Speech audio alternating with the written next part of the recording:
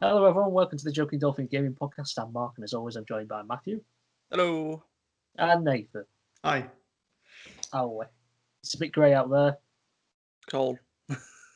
Bit of overcast, yeah. But it's British weather for you, isn't it? That is true. Yeah. Our summers are that the rain gets warmer. If only. Yeah. All right. News, I guess. That's how we normally kick these things off. Tons of the stuff. Typical.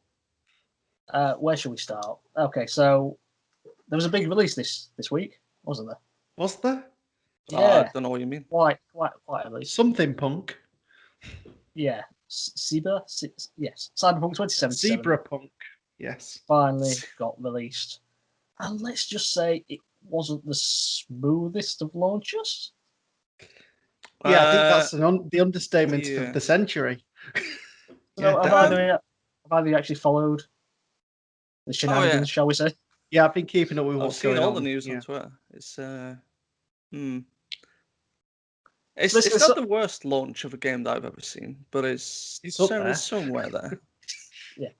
So I think this really kicked off when it released this past Thursday, didn't it? And the review embargo was lifted last Monday, and obviously reviewers got to show what was there. Well, actually, they didn't. They had to show only what had been given to them by CD Projekt Red. They weren't allowed to show it, but they could describe what the issues were. So they were mentioning it was played well, it was good, but it had a lot of bugs.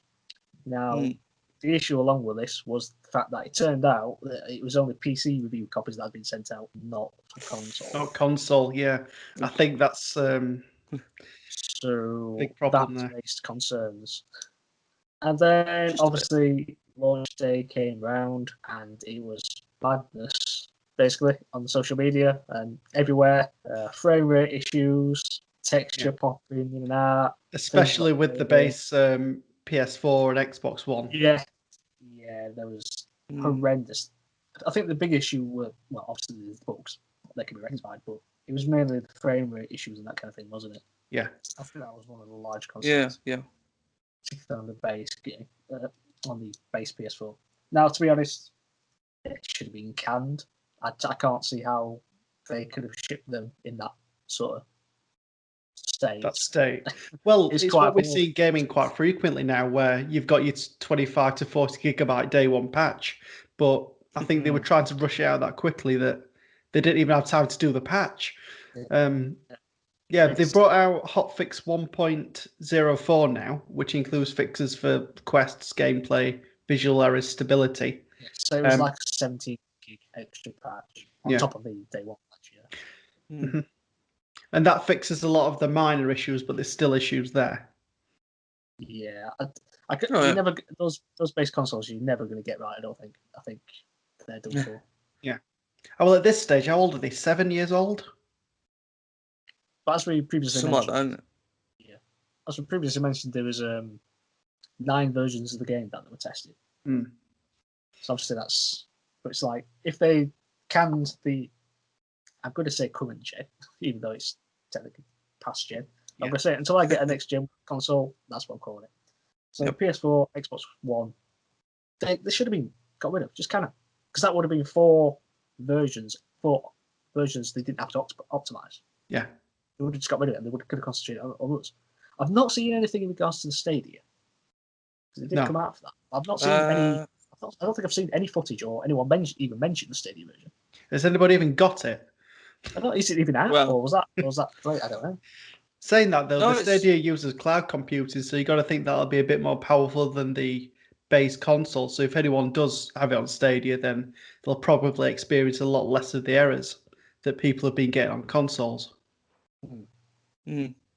I've read something quickly about the version that it does run fine. It'll be just like the PC version, won't it? Really, or at least I'd have thought it'd be closer to the PC version than the base console ones. But no. But the next gen consoles do have shown to be an improvement. But obviously, it's still got the weird bugs in it. But they'll get patched over time. But I know the PS5 version runs at a steady 60 frames per second. So I watched the whole. I don't know if you watched them, but Digital Foundry did a big study of basically them all platforms, as they normally do. And that seemed to come out in terms of frame rate. That was the best version PS5. Yeah.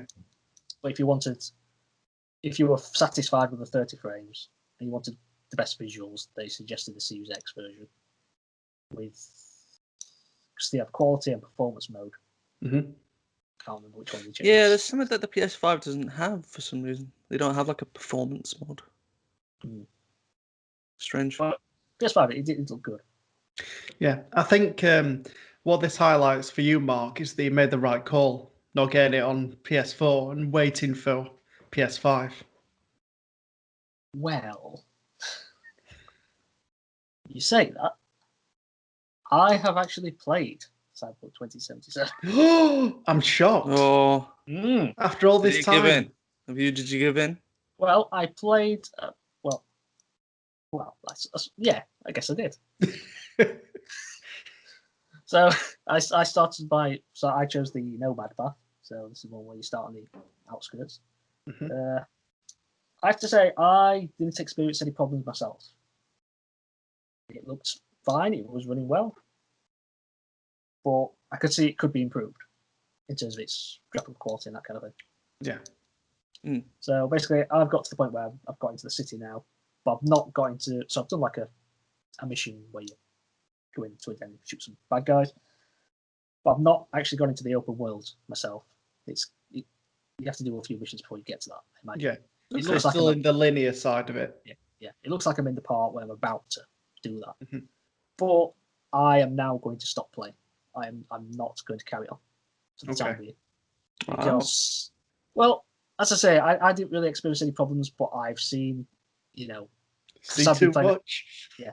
Well, I've been playing it on the PS4 Pro, and as I say, that frame rate was fine for me.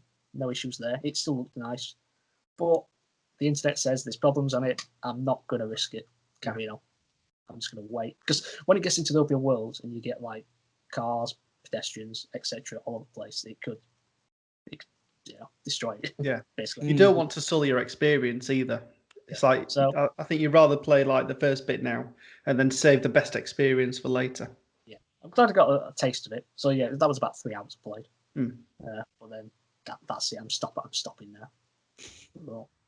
But there's also other problems it's caused as well in the game because did you hear about the epilepsy thing? Oh, I've not heard about that. No, I've heard about it. It was massive. So there's like moments where this brain dance thing. Yeah. Where you like recreate the memories and that kind of thing. Well, it kind of does like this flashy, I don't know, this visual thing, but basically it can trigger epilepsy in people. So that's caused an issue, and somebody made note of this on like Reddit and things like that, and just to highlight this problem. And then people started sending them videos. Oh yeah. It's just a bit stupid though. That was just ridiculous. Because there are some people who are defending this to the hill, and you can't really defend all of it. I mean, for something this ambitious, then fair play to CD Projekt Red for going all out and trying to do this, but they tried to do way too much.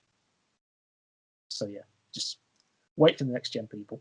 They'll carry on. Probably have to wait until 6 months as well, maybe once all the patches and that have gone and fixed it. But yeah, the thing is, what I played, I did really enjoy. I did like the gameplay and that kind of thing. So I have no doubt that in the end this will be a great game. But let's just hold on for a bit, shall we? It's for the best, I feel. just to add to that little epilepsy story as well, because I was following it on Twitter, because I think the person who reported it and got their epilepsy. I've said it wrong already. Yeah, they got triggered by the game when they were doing their review of it. They made this aware to CD Projekt Red, and I think it was another organization that's specialized in that, like a charity thing. And both CD Projekt Red and this Cherry kind of worked together to see what they could do to change stuff. And in that new patch that got released, they have reduced the lighting effects that happen in that brain dance thing. So it should be safe for people now. So it shouldn't trigger it, which is good. Good on at least for CD Projekt Red for them to act on that as fast as they did. Because obviously, if that lingered any longer, it'd stop quite a good amount of gamers from actually going any further in the game without almost dying. It's a bit odd that weren't noticed earlier though. Before the release. Yeah, you think depends how big. I think it depends how big the test pool was, and if any of them had epilepsy, for example. If not, then I think it could have been an easy miss. I saw a particular bug on on Reddit where basically some guy was created. So you have this in-depth creative character at the beginning, and there was just it was just bizarre, but there was a glitch where the guy's slong basically just hung out of their trousers. I saw that. That was funny. Yeah, I was like throng, like to wrap it around his leg. Yeah. Well, I did notice some weird animation decisions in the game. Have you seen the one where he goes to bed, where he sleeps? No. That's quite odd. So basically, so the game's played from a first-person view, isn't it? So imagine you're looking straight ahead. Now, he lies on his bed, so he puts his hands like that. And if you're lying on the bed, you'd be like that, wouldn't you? Yeah. Well, he's not. The camera stays like that. it's like sleeping There's like a scratch in his neck. And he's in such a position that it looks like he's actually hanging off the bed if his body was there. It's so bizarre. There's another bit where, just before where I stopped playing, your mate, who you with, Jackie, he's driving you back to your hotel. And he pulls into like the underground car park, and he's turning throughout all these pillars. And yet, on the steering wheel, he's literally just going. Yeah. And yet he's doing like 90-degree turns. Well, sensitive steering wheels in 2077. It's got real potential, but it's got big issues at the moment. Come on, CD Projekt Red. Come on. I actually saw one. This is probably not a bug. This is pretty much maybe just like a happenstance of the open world, a feature. But I think he's in a mission where he's in the back of a car with someone. He's like talking to this person. It's like what their mission is going to be and whatnot. And then so the characters kind of got to stay looking forward. And as they're kind of talking, there's this guy just crossing the road. And like as a car comes along, he just like runs him over. It's just like I've probably seen that in many Assassin's Creeds, Far Cry's. There has been some questions in terms of the AI as well. It's like if you just start shooting, apparently everyone just starts crouching and like all in unison. No, that reminds me of something. I don't know where it is in the game, but the character came up across like a disabled person in a wheelchair, and like he punched him, and the guy kind of like stood up in the wheelchair and like legged it. Like, wait, what? Wow. Like, what the hell? You've been healed, my child. Yeah, I punched you. Now you're just gonna run off. It's like, all right, benefit cheat. That's all. Free wheelchair for someone if they want it. That's brilliant. And there's been ones where if you just stand in the middle of the road, the cars won't have any sort of AI to like decide to go around you. They'll just stay there. I've seen someone going across like a crossing thing and just get absolutely pelted by a car. Oh, just like Spider-Man then. Pretty much. One of those is where there's an NPC just standing around, like looking at the phone or whatever. And you go up, have a look at it, and then they turned round and went like a few meters away. Turned back round and went back to that same place. And it was a different person stood there. It wasn't the same character. So it was the same like movement and all that, but it was just a different model. There seems to be a popular one as well, where if you're having like food with Jackie or something, and like he's eating with the his chopsticks, and then there's like another pair of chopsticks just floating in front of him, like yeah. All right. Oh, and then the road signs. Have you seen the road signs? No, I've not seen the road signs. So, like, over like the freeway, there's like signs of it. They literally say like debug on them and things like that. And then it has to wait about like 10 seconds, and then it pops up with the actual sign with the location on it. That's just insane. I bet me just wants to buy the game now and play it on the base PS4 just so I can experience all this. It sounds amazing. No, don't. Honestly, graphically it looks terrible. Well, not terrible, but like it's not what it can be on a PC. It's a real shame, though, isn't it? It's just. Well, they've had years to develop this, so you just thought they'd have been able to iron all these issues out. But this is what I say. I think if they canned this previous generation off, I think it could have been. It could have launched in a great state. I think, but they would have lost a lot of sales if they did that, though. I think that's you got to think that. That's true. That's true. Or they could have just delayed it. Yeah. So another delay. It would have given people. Well, I was just going to say it would have given people more of an incentive to get a PS5, but they can't get one anyway. So right now, yeah, more Actually, fuel. That might not have been bad if they delayed the current gen versions and just let the PC version release. Because, like, I mean, PC version. No, thank you. Well, I mean, PC looking at the stats, they don't need any more. I look at the stats here that like Cyberpunk 2077 became the fastest selling PC game of all time in its first day. It sold like 4.72 million copies. And apparently, according to that, that's actually 59% of all total pre-orders. Yeah, I was going to say, I think total pre-orders is about 8 million. Yeah, but like a lot more people bought on PC, and it's like the biggest selling game on PC since I think it was maybe World of Warcraft Shadowfalls. Could be wrong. And that was like 3.8 or something, so like a whole million more just for Cyberpunk. Well, let's just remember, Witcher 3 didn't launch in a great state either. So yeah, true. Fix that up. True. So that was also a very ambitious game. I've got faith in CD Projekt Red, but let's just wait up. Yep. Anyway, I don't know if there's anything more to say about that. Nah. Shall we move on to another game which didn't receive the best, things from the internet? Go on then. Halo Infinite. I knew where you were going. So, I don't know if you saw this, but Halo Infinite, they, it's 343. They gave a big in-depth interview with some of their developers. It was actually quite a fascinating piece. It's quite long, so I took some excerpts on it. So basically, they tried to give reason as to why that demo thing was a bit Craig. Stretch, really. We'll get on to Craig. But they did announce that it was going to ship in the fall next year. I saw that. Yeah, I saw that it was autumn 2021. So this is. I'm just going to read some interesting bits, which are probably the most important bits. So this is from someone in the art and graphics team, and they said July was indeed a very much work in progress slice of the technology, and a reasonable set of key features from global illumination and dynamic time of day to GPU driven rendering and variable rate shading were all in active development.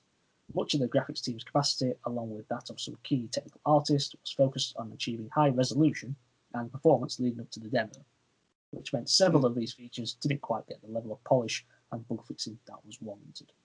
So that was the explanation why it looked a bit naff. And you mentioned Craig. So Craig. So another one went on to say, firstly, I can confirm that the facial animation on NPCs was not fully implemented in that build, which resulted in Craig's incredibly deadpan, lifeless look. All characters modeled... Put it in this DLC. Sorry. All characters are modelled in a neutral pose prior to blend shapes and animation being applied. So poor old Craig was never intended to be seen in that condition, which is not something that was evident during the gameplay. It was only later, in the close-up freeze frame of this one bad moment, where it came to light and the legend of Craig was born.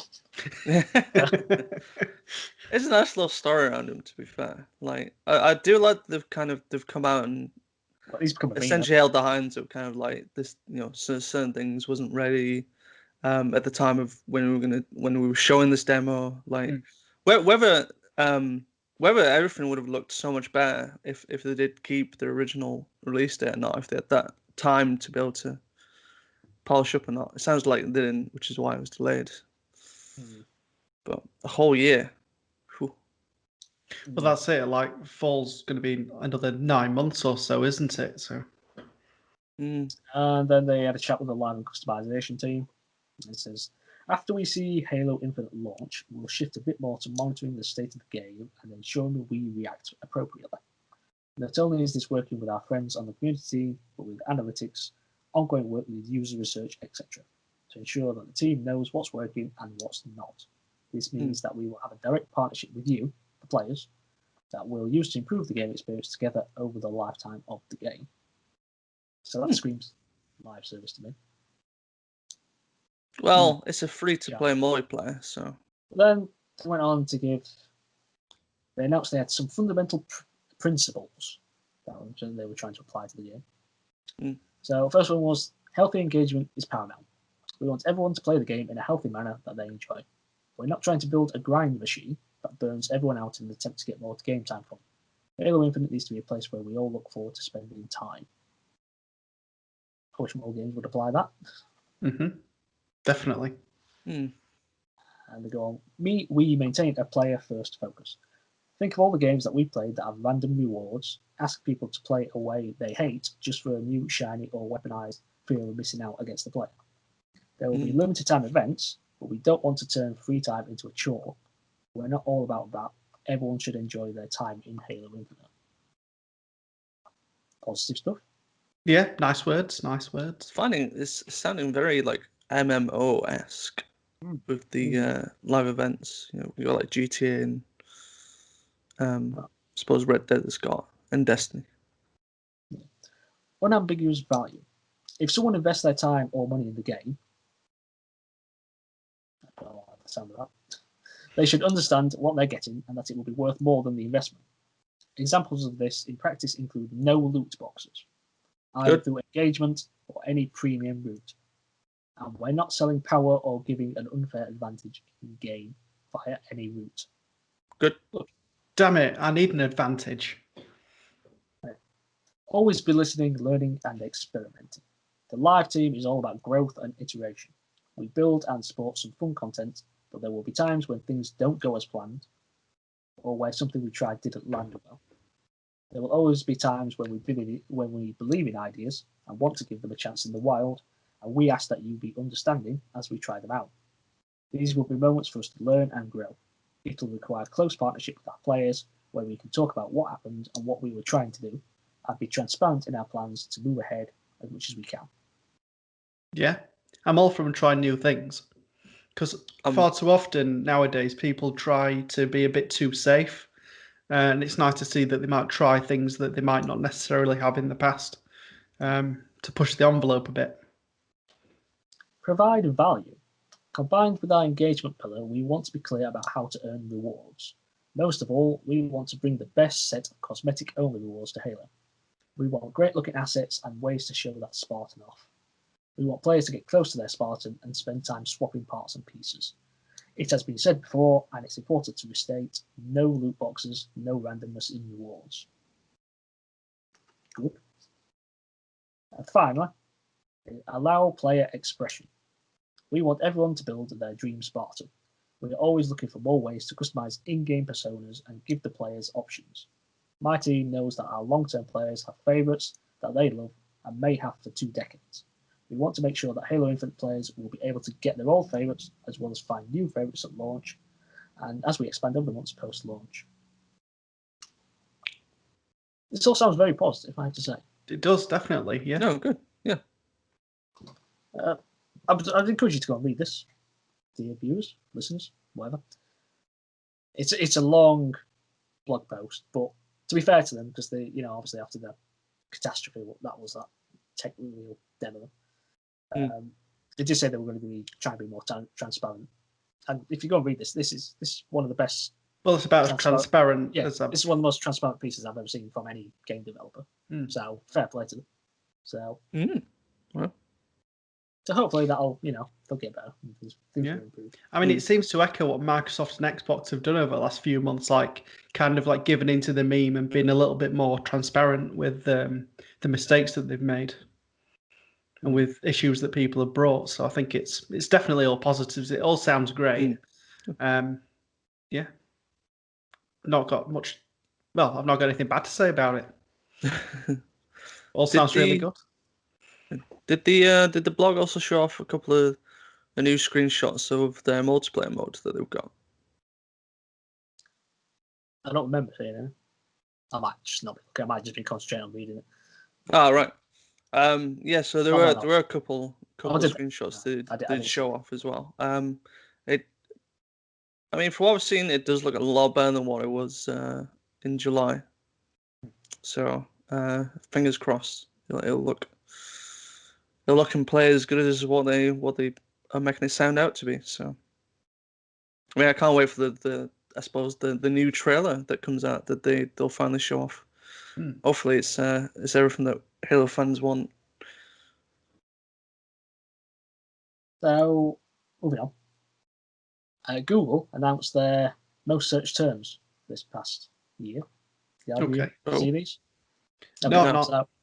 So, in one of the categories was where to buy ... So this is like the top 10 questions that began with that, and they were either COVID-19 related, unsurprisingly. Where to buy COVID-19? Yeah. Well, or gaming related. Well, apart from one. One was a bit random. So I'll just go for 10 to 1. So it's where to buy N95 mask, where to buy Clorox wipes, where to buy Lysol spray. Number 7 was where to buy Nintendo Switch. Yeah, they were big, definitely early on in COVID. There was a bit of a shortage at that point in like between March and I'd say May time. They were a bit like gold dust. Well, because the prices went up because of that. Yeah. Maybe it's because nobody could get a hold of the new ones. Actually, no, that's early in the year, isn't it? Number 6 is where to buy juicy jelly candy. That's the odd one out. That's what we all want. Yep. I'm intrigued now. 5, where to buy hand sanitizer. Number 4 is where to buy Xbox Series X. Okay. That's fairly surprising. I thought PS5 would have been. Oh, wait a minute. We're going from 10 downwards, aren't we? Yeah. So, number 3, where to buy face masks. Number 2, where to buy toilet paper. And number 1. Really? Where to buy PS5? That was the most searched. I really would not have thought that would be the most searched. Interesting that Series S doesn't appear on the list. So nobody cares about the Series S. Nobody wants the baby version. It's all about the full fat milk version. Yeah. But then there was also the top 10 searched games of the year. Now this is taken from the American trends because they had more things on there compared to like the global ones. But I'm fairly sure this is like similar to the rest of the world. So the top 10 most searched games. Number 10 was Jackbox. Okay, yeah. I'm guessing that's because of family. Yeah, it's all like family fun little mini games and stuff. It's actually quite good. I played a couple of them. 9 was Madden NFL 21. That'll be largely American audience. 8, The Last of Us 2. Wow. Yeah, I can see that. 7. I would have thought it'd be high. 7, Assassin's Creed Valhalla. 6, 6 Animal Crossing. I thought that would be high. 5, Ghost of Tsushima. 4, Genshin Impact. 3, Valorant. 2, Fall Guys Ultimate Knockout. And what do you think was number 1? Among Us. Correct. I was thinking Among Us, yeah. I was surprised Cyberpunk didn't appear on that. When did the figures get published? About a week ago, something like that. All right, so it might have been just outside potentially. I think a lot of people would have been talking about it beforehand, but anyway, there you are. True. You know, it's just like these family games in there, isn't there? Among Us, Fall Guys. I think all pretty much driven by. Well, I think the streaming as well, though. Like, it does the top streamed games. Yeah. Like, I can imagine why Cyberpunk in there, because it's literally only just come out. Yeah. Speaking of streaming, did anybody hear about the 6-year-old streamer that got banned by Activision? Well, no, he's a Call of Duty, like, professional. Yeah. He's a 6-year-old playing an 18-year-plus game. Well, that's it. Like, so basically, he got banned from playing Warzone. So in Activision, no, it was in the tournament. It was a tournament where he got banned from, or something like that. He got banned midstream, but he got banned for Call of Duty World Warzone. Sorry. Anyway, so yeah, in Activision's terms of service, it says that you can play an 18-rated game with a parental guardian present, but to sign up for and actually create an account, you need to be at least 13 years old. So he basically, because of that, he went against the terms of service and they banned him. So this streamer, Rowdy Rogan, I don't know if anybody's seen him play. I don't know, but I'm sure he's probably better than me. I've watched this last night, and I'm like, this 6-year-old is better than anything that I'll ever be good at. Like, I'm sure he's good. It was insane. Like looking at him, like sniping people, like let's just say he's up here and I'm down here bazookaing myself against a building. It's good effort, to be fair. But yeah, I mean, the general consensus of gamers is they've backed Activision on this one because I think he's 6 years old, 3 times younger to actually purchase this game. Where's that other competitors just like, worried that they what, 7? Well, yeah. No, keep him out. Yeah, right, it's still good for us. I've got a link, so I'll send it you. You can have a little look after, just so we can see how good he is. But yeah, just how fast he like flows through a map and stuff, and he's just so aware. Like when I was 6, I was just swinging around, like running around outside, headbutting walls and things. But this guy's sniping people out of the air. Like, just yeah, it's just that's a kid born in 1992 versus a kid born in 2014. It's incredible. Sega, they released their franchise figures. Find them. Oh. Yeah, so they revealed their lifetime figures for different games. Sega. So Persona. Yeah, Sega. So the lifetime sales figures in their annual investors report. So Persona, since 1996, has sold 13.1 million copies of their different games. Not bad. Football Manager, since 2004, is 22 million sold. See that? How much is that? Yakuza, 14 million. Yeah. Since 1991, how many copies do you think Sonic has sold? 82 million. No. I feel like it's for some reason I feel like that it'd be lower than that. I don't know. Because like Sonic's popularity is really like kind of gone downhill since the Dreamcast. Yeah, but it's since 1991, since they bought the first Sonic out. I know, but and I don't know. 120 million then. 1.14 billion. Bloody hell. That's quite... People love their Sonic. Wow. I've been made out as a fake Sonic fan now. That's it, you're there with your cup. You don't know anything, man. Jesus, 1 point. Wow. Wow. Yeah. And Total War since 2000 was 34.4 million. But yeah. Sonic wrecking the joint. Definitely. Anyone got any news? Speaking of Yakuza, the Yakuza Remastered Collection and Yakuza 6 are going to be coming out on PC. So the first Yakuza games, the Yakuza Remastered Collection, which includes 3, 4, 5, will release on PC on the 28th of January. And then Yakuza 6 is going to be out on the 25th of March. So if you've got a PC and you want to get into the Yakuza games, I've heard they're really good, and then you will be able to play them shortly. So that's good. I still need to get the remaster collection. Yeah, we've got Kiwami 1. Not played them yet. Played Z, which is excellent. Highly recommend that. But yeah, still need to get those remasters. But I think they're kind of like becoming limited to find now. In the physical form. Yeah. Because I tried looking on Amazon, it was just like, oh, there's no vendors selling this anymore. Like, no, it's pretty gutty. But anyway, sorry, were you going to say something? Right?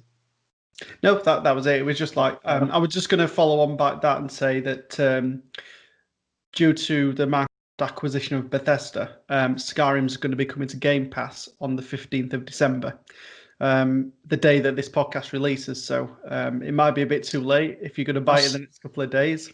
I was going to mention this a bit later on when we come to talking about the Game Awards. But they had this trailer in the Game Awards, didn't they? Where they were just announcing the games that are coming up on Game Pass. And the first thing that came up was Skyrim. And I was like, oh, no. They're actually doing it, aren't they? This is the next gen Skyrim, isn't it? They're going to do it. But then it went into Pass. I'm like, oh, thank you. Yeah. So just doing everybody dirty. Yeah. No, it's just another way you can get Skyrim for the millionth time. Yeah. So, yeah. That's good. Well, just to spin off a little bit from what Mark previously mentioned about Sega, Netflix, they're going a bit crazy with their game adaptations that they're making, and so the new one that they're going to be doing is a 3D Sonic the Hedgehog animation series, which according to this is going to be released in 2022, so a little later on than some of the other adaptations that they've got in the pipeline. But Netflix just is suddenly becoming the video game adaptation people now. It's money on these video game adaptations now, aren't they? Oh yeah, definitely. Do you think it's because of COVID, everyone's playing video games, so they thought... Well, that's it. Now they're capitalising on the show side of it. So if we do all things with video game related, they'll draw them to Netflix. Yeah.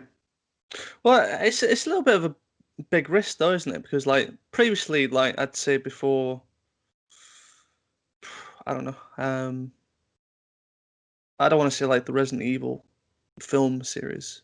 Because I still think they're not that good, but they did make a bit of a just fine. It was a bit of a leap in terms of video game movies.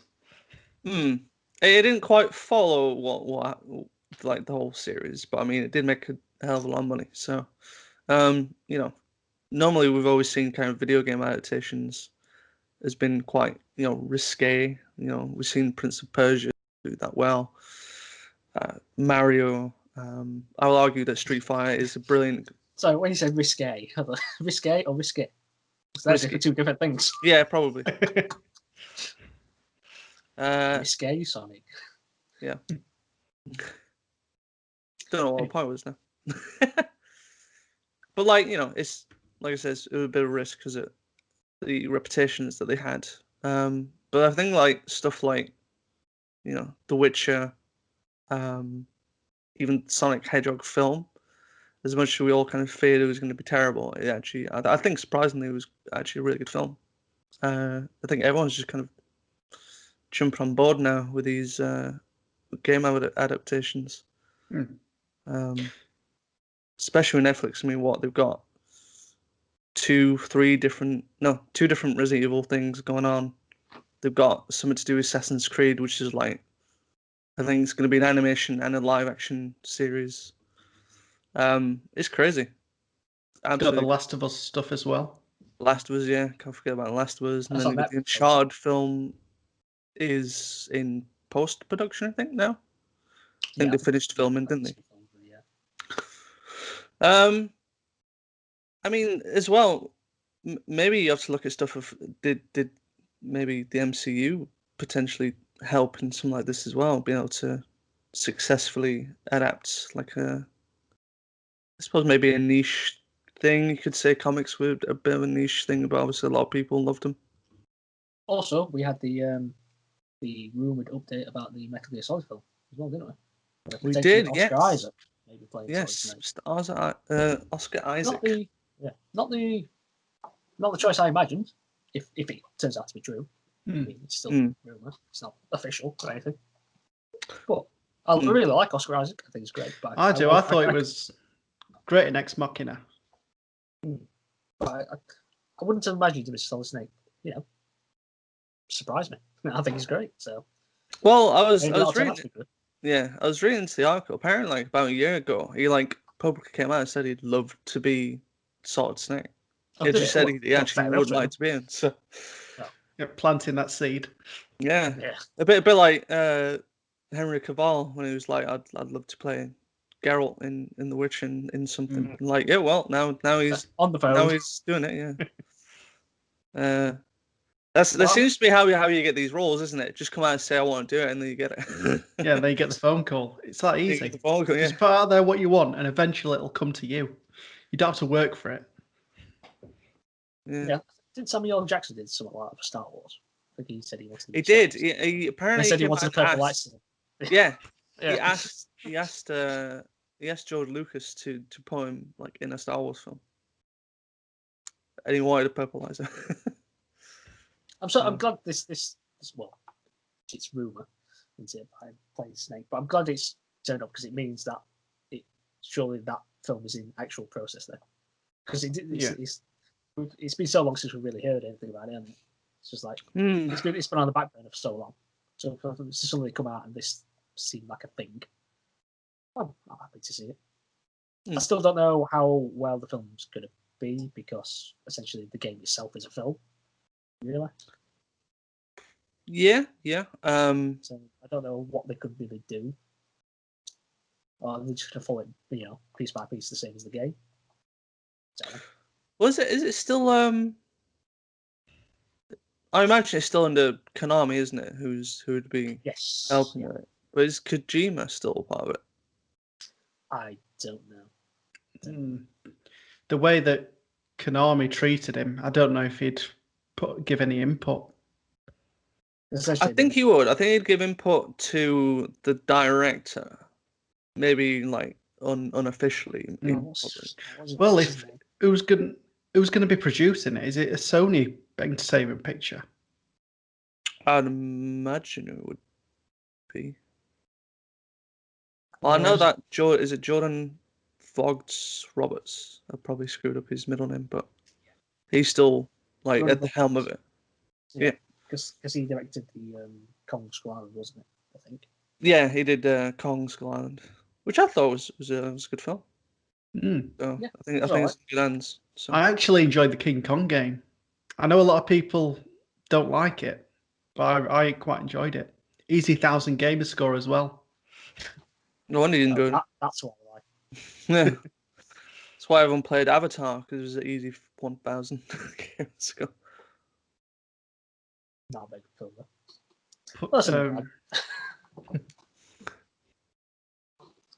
Did you see the so let's move on to something else. Did you see the so we inevitably always return to the selling of PS5s and that kind of thing.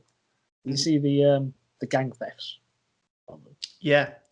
Is this like raiding trucks and stuff for PS5s? Yeah, well, it's not just PS5s, it's like PS5. PS5s anything. So gangs have been using this stunt called the rollover. But basically, yeah. So basically, they're boxing the truck as it's travelling down the road. So vehicles surround it, so it can't move anywhere. And then one truck goes up behind it, and somebody hangs out of the sunroof attached to a rope. This is furious. You're lying to me. No, it literally is. No, it's footage you do it, and then basically they use like a crowbar or whatever, or a drill or whatever, to open the back door. And then they just climb aboard, and then they just start chucking the stuff out to the people in the cars. Well, but if these scalpers are risking their lives, they deserve the grand for the PS5. They don't, but just saying. Just. But, bit mental, really. That's insane. It just keeps rolling on this whole PS5 debacle, is it? But trying to get hold of them. Look, if you go into the back of van, cracked a crate open it with just a load of microwaves or something. I get the feeling that they're going to have to just have an armed guard in the back of the van. Yeah. So that they open the door and it's just got a shotgun pointed at their face. Yeah. That's what they're gonna have to do. Back you go, sunshine. See you later. I wouldn't do So that. there's no I'd just show him. Just like, that's it. Come. It's like being in a video game, isn't it? But Have you heard about people selling the pictures of the PS5 to combat bots? yes, my brother was mentioning this to me the other day. Hello, Way. So basically, yeah. So they were selling. It said in the description, didn't it? This is a picture. Do not buy this. And then the description itself, the bit that the bot reads, is pretty much spot on with what you'd expect. So it like also buys it. Yeah. So I wonder if that caught any people out. Any I hope so. scalpers. Yeah. I hope so. Is open. But I just know there'll be some like genuine people who will like accidentally just bought it anyway. Yeah, some Karen will buy it. I want to speak to the eBay manager, please. Well, there was that news about like years ago about was an Xbox One or Xbox 360. Someone did that on eBay, and a guy bought it expecting like obviously the console. And I ended up getting it was the picture. Xbox One. Yeah. Yeah, something like that. He ended up getting the picture, but it went all over the news that like Microsoft actually personally just gave him an Xbox One. Yeah. Which I suppose is nice news to the end of it, but it's like Good bit of PR. Well, this stuff. Microsoft Flight game. I'm really desperate to play. It's going to get a free VR update on December the 23rd. All devices, Oculus, Valve, etc. PC VR is far too expensive, so I will never get to play that. And it's not going to come to PSVR, is it? So no, that's out of the question. That'd be a massive surprise. A little bitty bit news. Neil Druckmann, he's now become co-president of Naughty Dog, so he's moved from his previous job as vice president. And Batman Arkham Knight has had an update 5 years after the release. So this, yeah. So it's added two skins to the game. And they are the ZNR Batman skin and the anime Batman skin. Now these aren't actually new. These are just like things previously linked to your Warner Brothers account. I think you've got these. Yeah. But now this has just been updated so everyone can have them, which is it's nice, I guess. Unexpected. Yeah, definitely. Nice treat for people that still play it. Didn't have to do that. It's just a nice little thing, isn't it? Have you got any other news? Yeah, I've got a bit. So I was reading an article about the IQ of gamers depending on the console that they play. There was some quite interesting information that came out of this. So it was some research was carried out by Casino Royale Panda. And they asked 1,001 people, and they did like a 4-point test to try and gauge the IQs of sets of gamers. And out of the console side, PlayStation gamers had an average of 110.7 IQ. Xbox players had 103.8, so a little bit lower. PC gamers were the highest with 112.3. That's it. Bigger brain. The end of this. Nintendo Switch, an average of 101.3. And the lowest, mobile gamers with 99.4. They also split it up by male and female gamers. So female gamers had 108.4 and male gamers 102.3. And then there was also some information about the IQ depending on what kind of games you played and what games people played. So people that play strategy games like Rainbow Six Siege, we've all played this, so this is definitely our bracket. They had an average of 120.3. So yeah, in terms of their IQ. And then Among Us, 118.9. Angry Birds, 95.8. Silly Angry Birds players. And then there was a few others like Minecraft, 116.3, The Sims, 103.6, Fortnite, 103.6, Animal Crossing, 104.8. So yeah, interesting stats. So my question My question though is, what about if you play them all? Are you just like super? Yeah, you can add them all together. So get 1,000 IQ. Yeah, so I just thought that was interesting about how it got broken down. But I play all the consoles, so I could either be very clever or very stupid, or somewhere in between. Couldn't possibly comment. Yeah, no comment. Thanks, guys. Pleasure. I've got one other piece of news before I suppose we might end up moving on to the big chunk of news that came out recently. Unfortunately, another game has had to be delayed due to COVID-19 this year. The newest victim appears to be the Prince of Persia: Sands of Time remake. Oh, that's a shame. Yeah. I was actually kind of looking forward to it because I loved the first one. I thought it was a brilliant game when it came out, and really it was kind of like the precursor to all the Assassin's Creed games, I think, in terms of like the parkour and stuff. Anyway, but it looks as though it got pushed to 18th of March next year. So only 3 months away, but it's just another unfortunate things come due to the coronavirus this year. Well, it's not the only delay. Gran Turismo 7 got delayed as well. Oh, really? Didn't see this. So that's no longer targeting the first half of next year. But there's no release window given. So, right. Interesting. Next year now.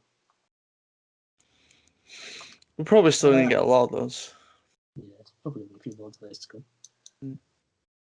Right. Did you hear about the leaked internal presentation from Sony?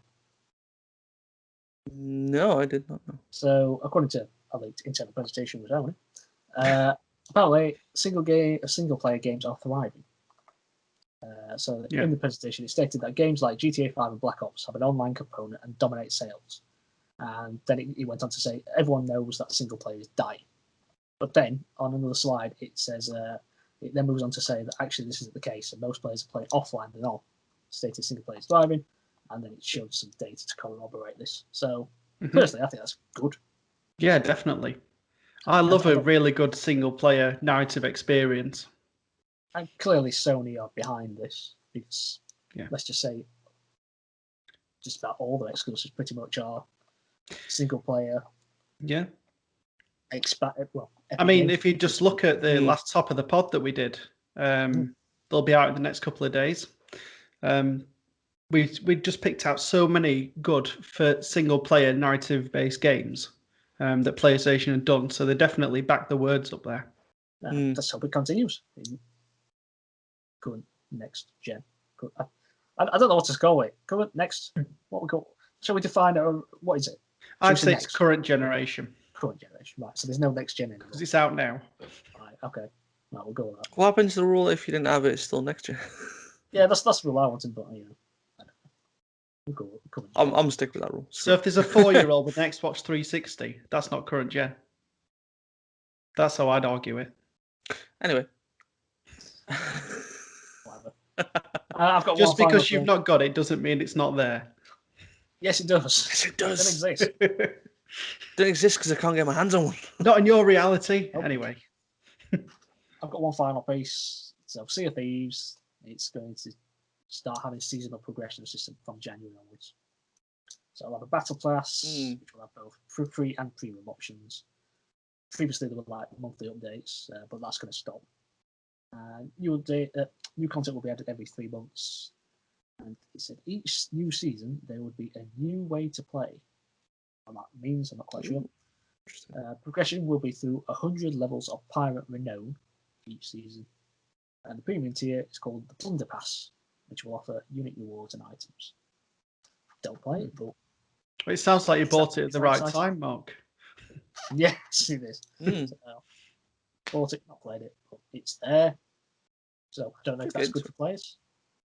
But I don't know what the updates were like anyway. So true. I mean, it'll I suppose every game that has like a multiplayer aspect to it seems to be turned to the the battle / season pass way of doing things now. I mean, it's a better way than having like loot crates and microtransactions, I suppose. Something that maybe FIFA could look into. Things with my problem with this sort of games is that it's one thing you to invest so much of your time into these things. Well, there is that as well. There's all these games with this sort of progression system. And it forces you to have to play so much of the game to get the most out of it. But then you've got all these different ones vying for your time. Warzone, Fortnite, etc. Yeah. The list goes on and on. It's just like I just can't be bothered with them. It's just not my thing. Give me the simple single player games, please. Yeah, a nice 15-20 hour experience. You do it, you feel good, you move on to the next one.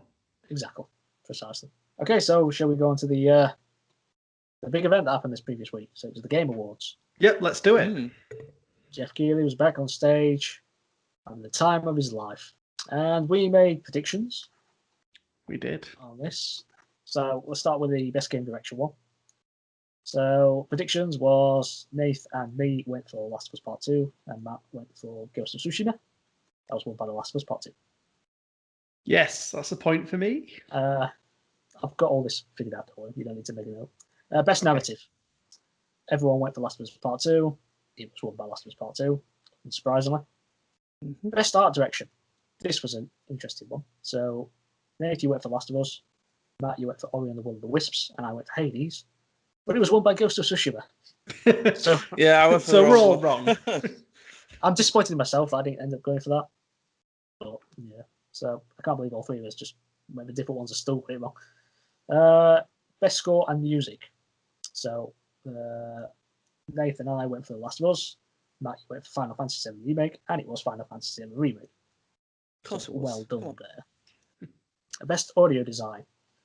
Matt and Nathan, you went for Last of Us Part 2, and I went for Half-Life Alyx for some reason. And it was won by Last of Us Part 2. I thought it was a bit of a strange one for you, but yeah, I think I was too focused on the whole VR, so sound might be important in that. But looking back, I thought, of course, it could be Last of Us. What was I thinking? Anyway. Best performance. So Nate, you went for Ashley Johnson, and Matt and I went for Laura Bailey, and it was won by Laura Bailey. Games for Impact. We all just kind of randomly went for Tell Me Why on this one, and it was won with Tell Me Why. So yes, a good guess from all. Best ongoing. So Nate, you went for Fortnite, I went for Apex Legends, and Matt, you went for No Man's Sky, and it was No Man's Sky. Yes, sir. Best indie game. Ugh. So Nathan, Matt, you went for Fall Guys, and I went for Hades, and it was won by Hades. I'm really disappointed now. Best mobile game. So Nathan and myself went for Among Us. Matt, you went for Genshin Impact, and it was won by Among Us. Best community sport. We all went for Fall Guys. It was won by Fall Guys. Yep. Best VR/AR. Matt and I went for Half-Life Alyx. Nate, you went for Iron Man VR. It was won by Half-Life Alyx. Innovation in accessibility. We all went for Last of Us Part 2. It was won by Last of Us Part 2. Best action. Matt and Nate, you went for Doom Eternal. I went for Hades, and it was won by Hades. Best action adventure. So Nathan and me went for Last of Us Part 2. Matt, you went for Star Wars Jedi Fallen Order. It was won by Last of Us Part 2. Best role-playing game. So we all went for Final Fantasy VII Remake. It was won by Final Fantasy VII Remake. Best fighting. We all went for Mortal Kombat 11 Ultimate Edition. It was won by Mortal Kombat. So best family game. Nathan and myself went for Animal Crossing New Horizons. Matt, you went for Fall Guys. It was won by Animal Crossing. Best sim strategy. We all went for Microsoft's Flight Simulator. It was won by Microsoft Flight Simulator. Best sports/racing. Matt and I, we went for Tony Hawk's Pro Skater 1-2. Naty went for FIFA 21 for reasons. And it was won by Tony Pro Skater 1 and 2. Best multiplayer. Now I think this one threw us all because we all went for Fall Guys, and it ended up being won by Among Us. I mean, I can see it. Again, my argument that it didn't come out this year. Because they even mentioned that in the when they were giving their speech the award afterwards. When they were giving the speech afterwards, said, "Oh, 2 years ago we had this game." I was like, well, "Why is it in this one then?" Well, I say I actually from the last podcast when I made the initial nitpick, I actually looked on Wikipedia about when the mobile game came out because you guys were like, "Oh, maybe the mobile game came out this year." Yeah, the mobile game came out like a few months after, so it was 2 years ago. So why is it in this bloody category? Well, Hades came out a couple of years ago as well, didn't it? So that is the argument, but it was early access. Its full release, I think, was this year. So you could argue that technically its full complete game was this year. Did you actually watch the presentation of the awards? I didn't know. I was asleep by the time that started. I watched it back. It's just funny because Jeff Keighley had a slip of the tongue and he ended up calling it Among Us. Among Us. Oh no, I saw that. Yeah, I saw that. I watched like the highlights from this Twitch streamer who was watching it, and I caught that. It was like Among Us. Like, best debut game. So Matt and I went for Phasmophobia, and Naty went for Mortal Shell. He was won by Phasmophobia. Content Creator of the Year.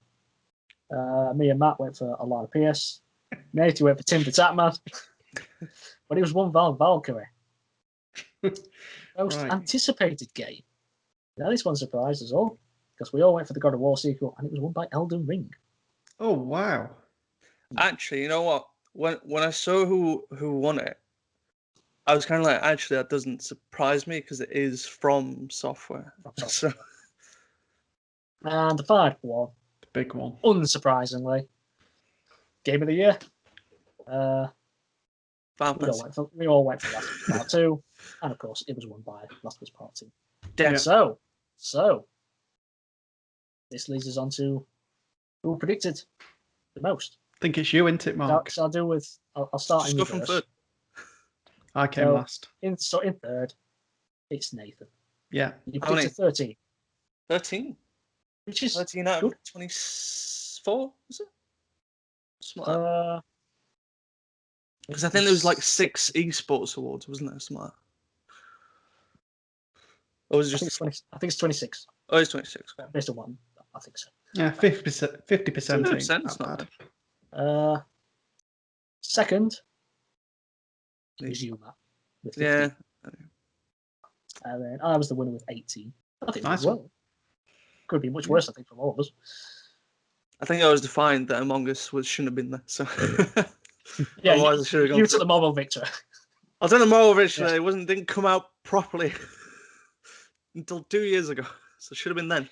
I'll be honest, when I first did my picks, I only picked games that I played. So that's pretty much all of... Oh, that explains why you chose everything for Last of Us, yeah. Yeah, that's it. I think some of our picks, I was probably just trying to like be defiant against Last of Us a little bit. Like it shouldn't win everything. Like why should it win? Yeah, it should. It's an amazing game. I mean, it's a great game. I mean, in terms of how many each one won, so Last of Us I think came out with 7 wins. Second, I think was Among Us with 2. Blooming heck. That's quite a draw. That is insane. That actually, no. Final Fantasy got 2. Yeah. Final Fantasy got 2. Fall Guys get 2. Did Hades get 2 as well? No, Hades got 2. Yeah, indie game and action game. Yeah. Final Fantasy, Hades, Among Us. They all got 2. Fall Guys only got 1. Oh, the community one. It's best community sport. Everyone else got 1. Then I don't think anyone else got 2. Yeah, everyone else got 1. Yeah. So there was a clear, obvious, big winner there.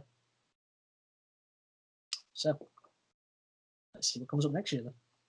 Yeah. You think Cyberpunk will end up getting nominated if it's been patched up and all that? Yeah, definitely. If they book their ideas up, I think it might be up there. It'll be up there. I think it just depends on what else comes out next year because I mean, for me, I'm hoping Resident Evil Village is going to be brilliant. If it's anything like 7 and Remake 2, I think it could be a surprise. Yeah, we got Halo Infinite, Horizon, God Halo of War Infinite. 2. Oh no, God of War 2 won't win anything if it's not the most anticipated game. Well, it depends how good it is when it comes out. True. I'm sure it'll be brilliant. Elden Ring. Well, Cyberpunk if was Elden Ring comes out highly next year. anticipated, but so that's could turn out. So you never know.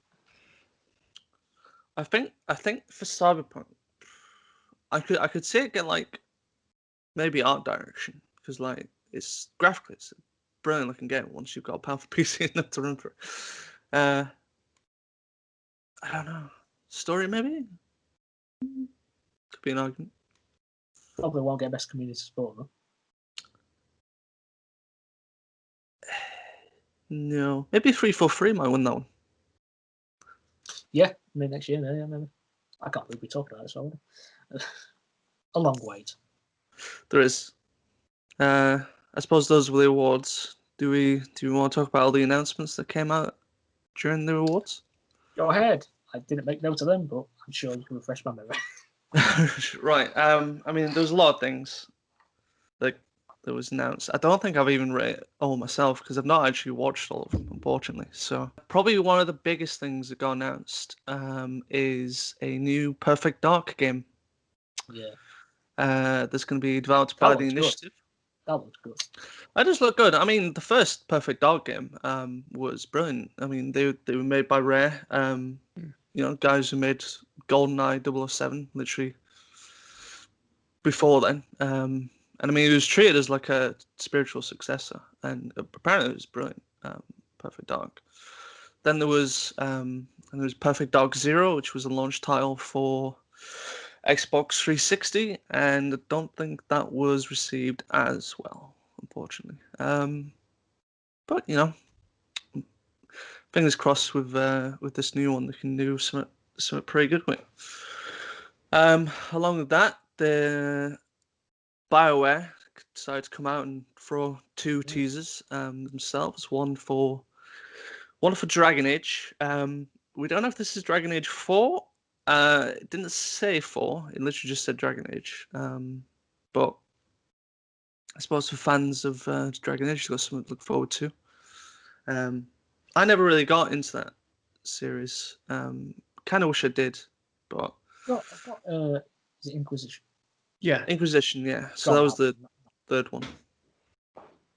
Don't know if it's any good. I've got it. I heard it was better than the second one. Apparently, the second one was a bit of a disappointment, but we'll put that away. And then the other teaser they decided to throw us was for a new Mass Effect. That looked interesting. Interesting enough, from what they showed off, it looks like they're going back to the Milky Way galaxy, potentially something leading off from the actual third game, something that Andromeda didn't do.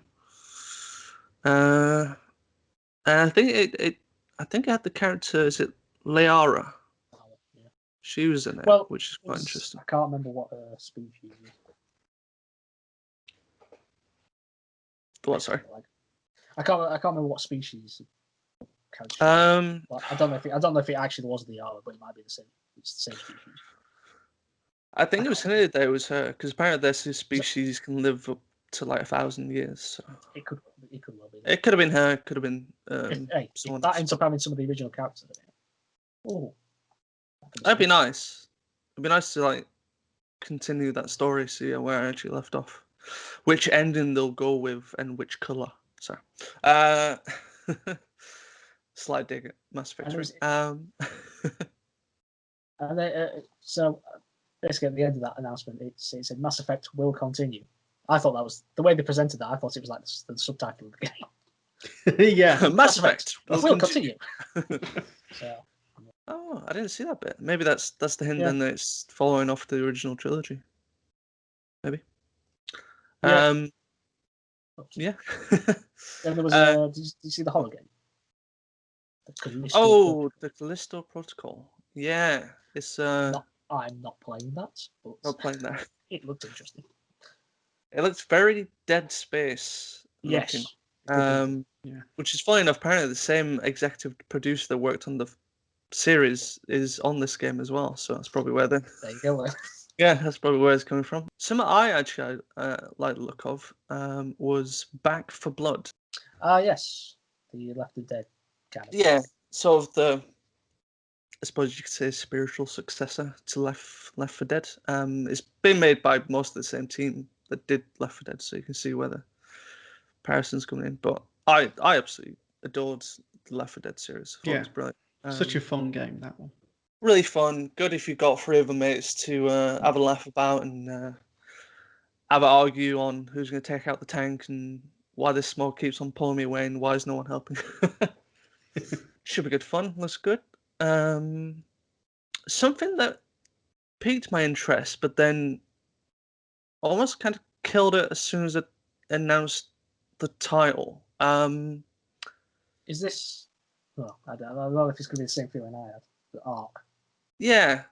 So Ark 2, the sequel to Ark, I think it's Survival Evolved, I think it's called. I saw this up. I was like, what? Yeah. Had a bit of a cinematic trailer that starred Vin Diesel. And initially, is this the game that everybody thought was going to be another Turok game? Something like that, yeah. Turok or a prehistoric Fast and Furious.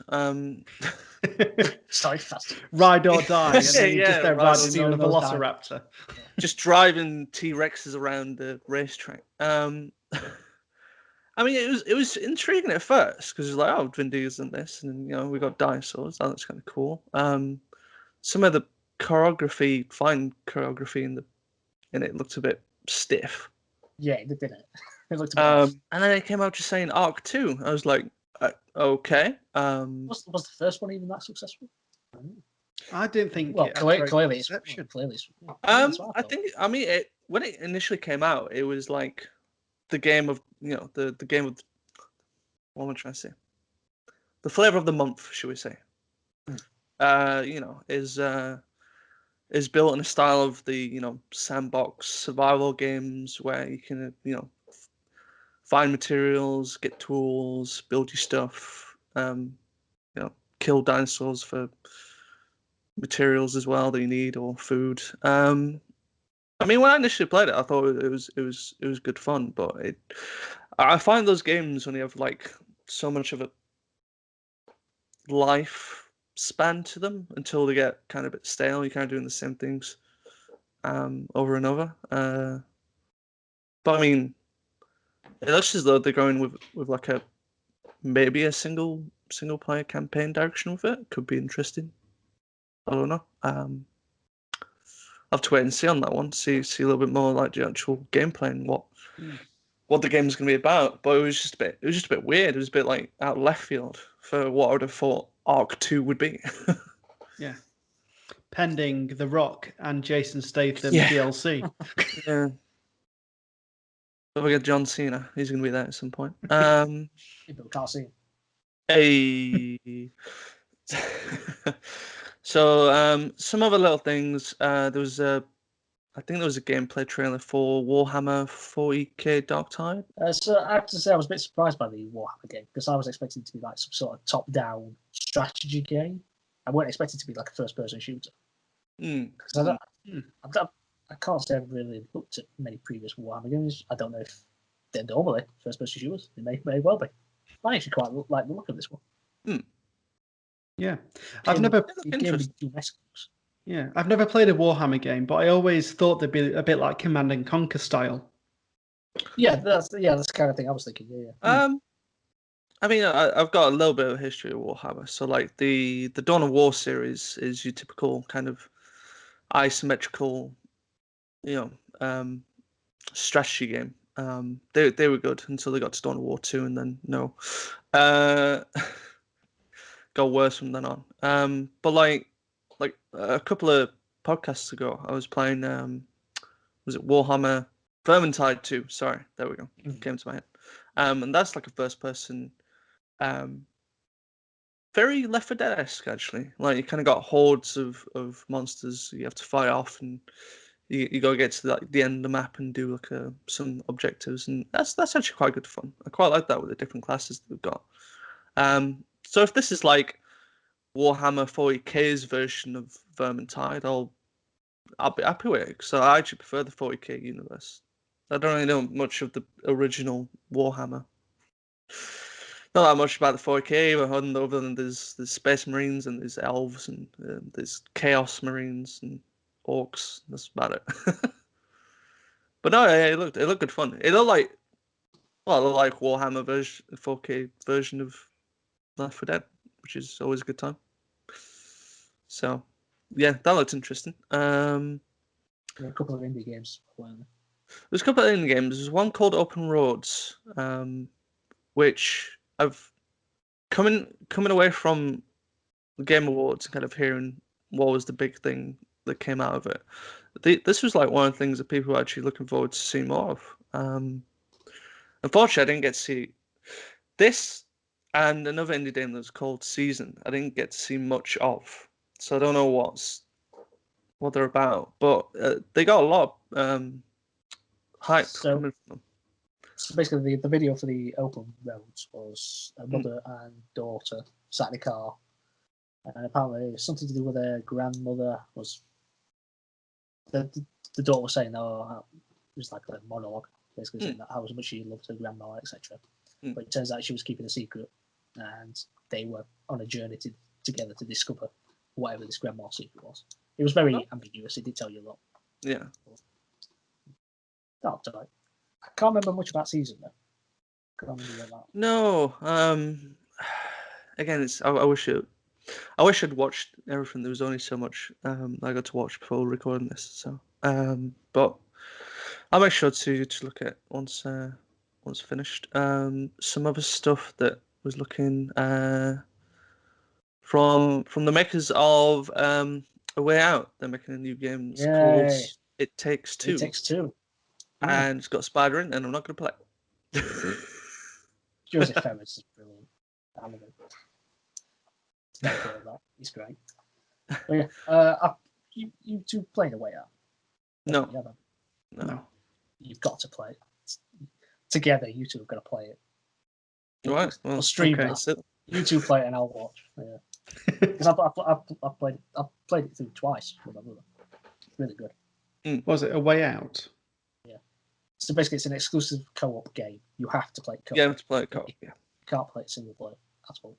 If I've heard I heard about this for the Xbox version, but I don't know if it's the same for all the other versions. But if one person had it, can they invite someone else that doesn't have it into it? Correct. Yeah. So if you buy one, if one person buys the game, you can offer a version to someone else for free. They don't have to buy the copy. Oh. So you give them I think you give them a code or something. I can't quite remember. Yeah. And then they have to download it. But then that's it. It's there. They can't play it with anyone else from their version. Ah, right. But that makes sense. They can't be the host, so to speak. Yeah. But whoever's got the game can play with them. So yeah. Okay. And they're doing the same with this, with It Takes Two. Oh, that's good. That's very user friendly. Yeah, definitely. Yeah. I mean, it's a good way of getting around the fact that you need to have two players for this game, that you do get a key to give to somebody else. So I think that's a really nice touch that they've done. Yeah. So maybe we can have a look at that in a bit, Matt, and we can go twos on it. Give that a go. 1 second. I think the big news, though, of course, the massive news, of course, is the Swedish Chef is coming to Overcooked All You Can Eat. Really? Yeah. Yeah. Massive. I don't think there was many other news, was there? I mean, from what I've got on here, Disco Elysium, the final cut, is going to be making its way to Nintendo Switch. I've been intrigued by that game. It does look quite interesting. Interesting, there's that word again. My favourite word. So I think there was that. Capcom did announce a Ghosts and Goblins remake for the Nintendo Switch as well. Which is something... You say announced. Well... Leaked. Well, that's... I was just saying that did confirm at least one of the leaks that came out, which is I suppose unfortunate, but anyway, it's kind of shame. It's kind of shame from now on for the next 4 years. They're not really going to. Yeah, we know surprises on that.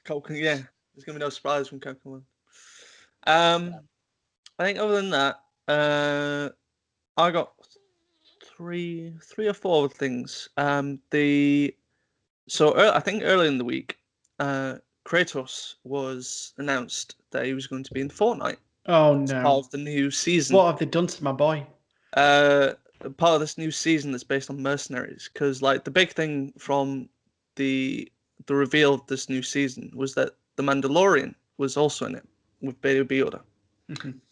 And not to be kind of outdone by Sony, maybe, it was announced at the Game Awards that the Master Chief will also be dropping into Fortnite.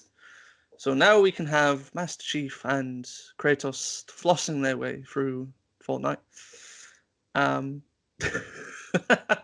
don't know what people think about it. I mean, they had massive success with their last season. That was like a whole like Marvel themed season. So you had like the X-Men.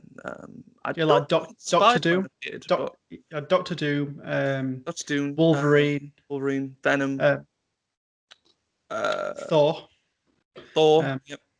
Yeah, a few of them. Yeah, it was good. Quite a few of them. So it seems like this one's based on mercenaries. So I mean, if Kratos and Master Chief can appear, I don't know why Samus can't be there. But that'll be down between Epic and Nintendo discussing that. Other things, I think Among Us showed off their new airship map, which looks fun, actually. I think I might have to see if I can get it on PC, maybe. Fall Guys, as well, showed off some Season 3 content that's got a winter theme. So looks like they've got like. That was a nice trailer to that. I like that. Yeah, it was actually. It looks like there's a lot more variety in this season than they had in last season, because they've got like flippers that flip you about, and like boxing gloves that come out of the wall and punch you back all the time. That's kind of fun. I don't know if there's anything else other than, for me, personally, the biggest thing that came out of the Game Awards, which was probably like one of the first things they announced, was Smash Bros. Ultimate. They revealed who the new fighter was, with a very fancy CGI. Sephi boy. That Sephiroth, yeah. It was Sephiroth from Final Fantasy VII. It was the biggest news for me, and I think I turned off the Game Awards afterwards. So that's all I want. I've got what I came for. Boom. That's what I came for. I mean, I know Steve broke the internet, but I think for at least Final Fantasy fans, it's probably like broke them as well, because it's like there was rumors, not rumors. There was news about when they were doing Smash Bros. Ultimate that they wanted to bring everyone back, but they were having some difficulties with Square Enix about trying to get Cloud to come back to Smash Bros. So for them to even allow like another character from Final Fantasy to come in, let alone probably like the biggest antagonist of the series, was like massive news for me. So I was happy. Oh, good. I'm glad you're happy. So shall we move on to what we're playing? Cool. Yeah, let's do it. Why not? Go on, Nate. Kick us off. What have you been doing? Yeah, sure. What have you brought? What have I brought? This nothing. Anyway, I was feeling a bit nostalgic a couple of weeks ago for my old Xbox days on the 360. And I thought, oh, what game did I really like? And then it got me thinking, because of the Hot Pursuit remaster that they did, it got me thinking about the Burnout Paradise one. Because I used to really love that game, just racing through Paradise City, smashing other people's cars up. Just really loved it. So that's it. Matt knows. Matt knows. Banging tune. Yep. So yeah, I ended up buying that. Played it for a few hours. At the minute, I've got a C-class license, so I'm fair way in. Nice. Yeah, it's good. I mean, the races are fairly different because there's not like a particular track. You just race through Paradise City to get to a certain bit, and you can go wherever you want. There's like loads of shortcuts and things. Your opponents can like ram you off the road and destroy your car. There's loads of different kind of race types. So there's ones where you've got to race to a single point without getting destroyed by these big heavy cars. There's general races. There's like stunt things where you've got to like rack up certain points by like driving on the wrong side of the road, doing jumps, and stuff like that. That's fun. But yeah, it's just a generally really fun game. One thing that confused me though is like I started playing it. I was like, did the graphics not always just look like this? Because I've not got the old one to compare it to, so it just looked the same to me. I don't know whether it's because I was looking at it through rose-tinted glasses and I thought it just looked amazing at the time. But yeah, the remaster is just great. Yeah, took me back to the Paradise City. Yeah, it's good. I've never played that, but I've heard great things about it. It's a lot of fun. I've heard. Yeah, I quite enjoyed it. Yeah, I'd say play it if you like an arcade style racer. Where you can just destroy things, run people off the road. There's tons of cars you can get. So periodically, as you get through the game, certain cars will be unlocked, and you've got to actively go and find those cars in Paradise City and destroy them, and then they become part of your inventory. So you can select that car from like the car lots. You destroy them to then claim them. Yes. Yeah, pretty much. Just such a burnout thing to do. Yep. But yeah, it's just a really fun arcade racer. I mean, it was only about 12 quid from CEX, so yeah, pick it up. I always didn't like the billboard challenges that you got to do because where you got to jump and smash through them. Yeah, I think that there's something like about 200 billboards, but there's some in some like ridiculous places that like you have to be like full speed and like dodge traffic and do all sorts just to get to them. I think that's where completing so many races comes in, because then you unlock the best cars and you can go a bit faster, unlock more like boost and all that kind of stuff. So I think you do have to, for some of them that are like, you'll have a jump that's about maybe 200 meters away from where the billboard is. I know exactly what you're talking about. And it's like you think, I'll never be able to do that. But there's some of them where you can come from a different angle and a different side. That's it, easier. So like the whole city's got like a lot of shortcuts. It's 400 shortcuts to find. And there's those as well, yeah. So the shortcuts have got like gates that you have to crash into, and they count to like a collection as well. I think my one big nitpick on the game was that it didn't tell you kind of like the locations of like which billboards you still got to smash or which like shortcut gates you need to smash into as well. It was quite annoying that like there's probably one shortcut that's like so secret you have to do certain things to get to it. It's just like, well, it's part of the fun. You can't hand everything on a plate here. It's all about the exploration and finding everything. Yeah, because I can tell Ubisoft didn't make this game. Yeah. But yeah, that's I've been playing that. I've also started playing Among Us on mobile. I was just hearing tons about it. My wife's been playing it quite a lot, and I'm like, oh, well, I'll download it and give it a go, see what it's all about. Basically, if you've not played it before, you're part of a crew with a ship, and there's a couple of like imposters that have to go around secretly. And if you get chosen to be the imposter, you get certain skills. So like you can crawl through the vents to get to people a bit quicker. You can look at CCTV to try and find where people are to isolate them. And it's basically your job to not get caught as the imposter and to kill everybody on the ship. So when I first got into it, I was the imposter. I ended up getting caught fairly quickly. I killed a couple of people. And then this absolute snitch went on the message board and said, "Oh, you just killed my sister." Like, all right, Borat, calm down. But yeah, anyway, I ended up getting caught and ejected from the ship. So if you get caught, you get ejected, and then they carry on because there's another intruder. And there's different ships and maps that you can go around. while you go around the ship, there's certain tasks that you can do, to try and prove that you're not trying to sabotage the ship and that you're not an imposter. But yeah, it's a fun little game. Like, games take, well, from a couple of minutes to, I think the longest one I've played is maybe 7 or 8 minutes long. But it's a nice quick game. And that reminds me of fun. a TV show that used to be on Channel 5 called The Mole. I don't know if you ever saw that. Oh, that sounds familiar. Yeah. Yeah, so basically, this is completely going off topic, but it just sounds similar. So basically, it's just like a group of contestants went to they all hanging out together at some place. I think they went to the Isle of Wight or something like that. And basically, one of them's a saboteur who's been planned, and the only person who knows who it is the producer of the show.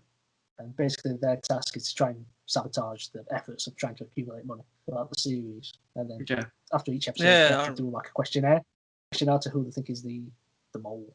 Yeah. Anyway, that's a different thing. Yeah, I mean, it's similar. So at the end, it's similar. So at the end of the session, they can vote on who the imposter is, and if you don't get voted, and then you win in effect. So yeah, it's a good game. Yeah. The only other game that I've been playing apart from that is FIFA 21. So I've just been continuing playing that. Yeah.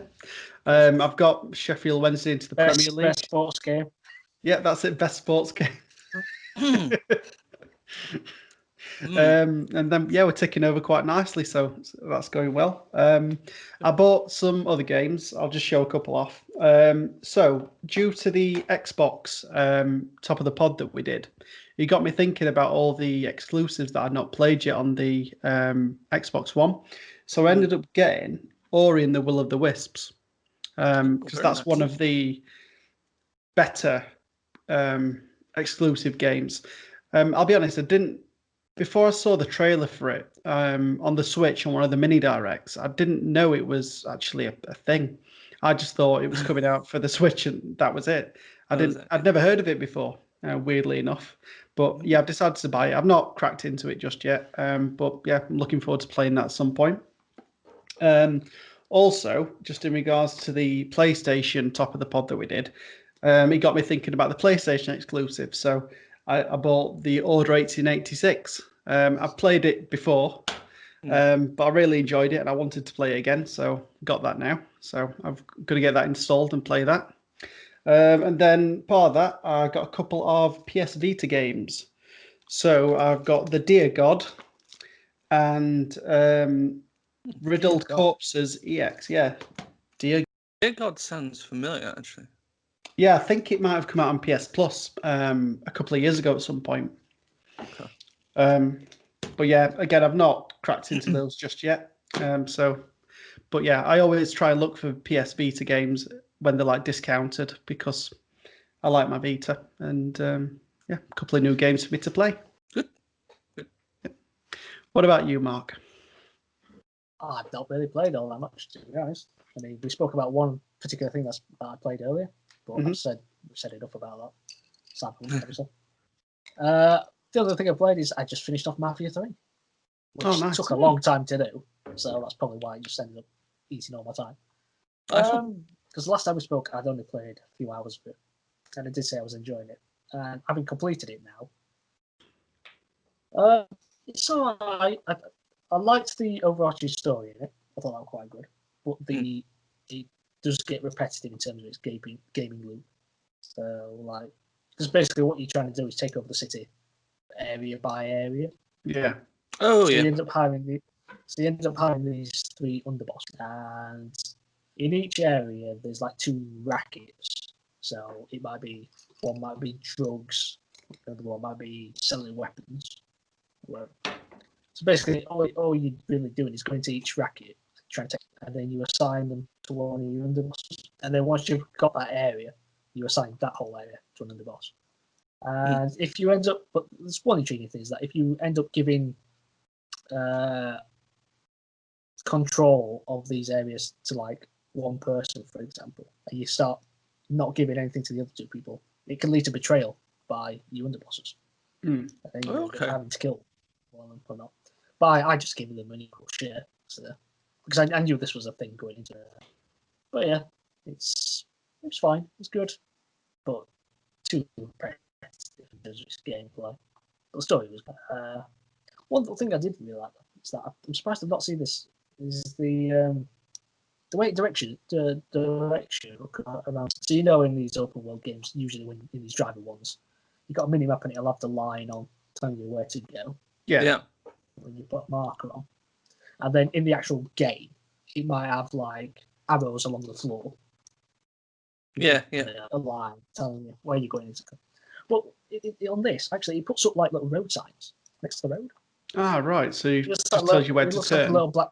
Yeah, so it looks like a little black road sign. So it's a sign saying, "Go." A nice, neat little way without. So it's not like obtrusive, It's not. It's just very subtle. That's like really nice. But yeah, apart from that, it's just okay. I've started the DLC there. So there's 3 packs to that. I've done the first one, so just got to finish them off. Obviously, as I said, Cyberpunk, but I'm not going to go on any more about that. So, go on, Matt. Oh, me. I've not really played that much either. Kind of since the last pod. I've been exclusively actually playing on my Switch. Pretty much all the last 2 weeks. So, I don't know what made me decide to kind of go back to this. I think I just had a random thought about it. It was like, oh, I should probably try and complete that. But I went back to The Legend of Zelda: Link's Awakening. So the remake for it that came out, was it last year? I think it was last year, wasn't it? Yeah. I feel like years are starting to blend together in my mind. I'm just I'm the Robin Williams meme of like, what year is it? At the moment. So I thought I'd go back to this because I really wanted to complete it because I'd played the original on my Game Boy. I remember really liking it even at that stage. And the remake's just such a wonderfully artistic game, and like how they've managed to like make their own kind of art style of like almost kind of like Play-Doh in a way.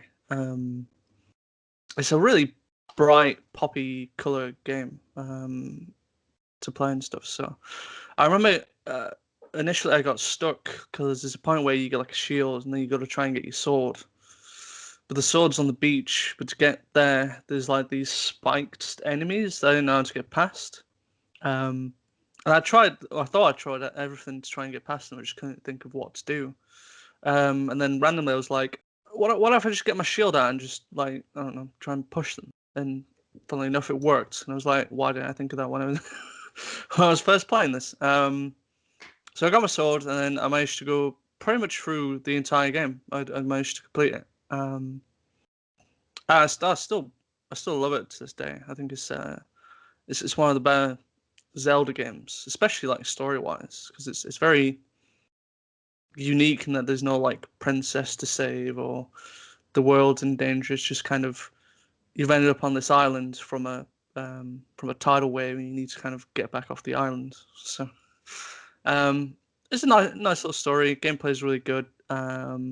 It's just classic Zelda. Just a lot of it's kind of a very old school kind of way of thinking of how to like solve puzzles and stuff. Really. So it reminds me just kind of how hard those games were back in the day and how I don't think easy games seem to be now, but they're a little bit more hand-hold style of like, oh, this puzzle, we need this. Oh, okay, that's all I need. And rather than I just trying to figure it out and stuff. The only other game that I've been playing these last 2 weeks, which I regrettably wish I'd played before the Game Awards, because I had it before the Game Awards and didn't touch it until after. It's Hades. It is a really solid game. Actually, I'll give it that. It's if you've not seen it or heard about it, it's very much kind of in the same vein as a roguelite style game. So your Dark Souls, your Dead Cell. I think there's some other like indie games that were big based on this style of. You go through the game. You're gonna die. But it's that kind of learning process of every time you die, you're like, okay, so I did this thing wrong. Actually, I should be doing this, or maybe I should have this weapon or this, combination of powers to defeat this thing. And no, it's really good at making you learn that kind of style of like, if you die, it's because you made the mistake, and it's not because the game's ridiculously difficult.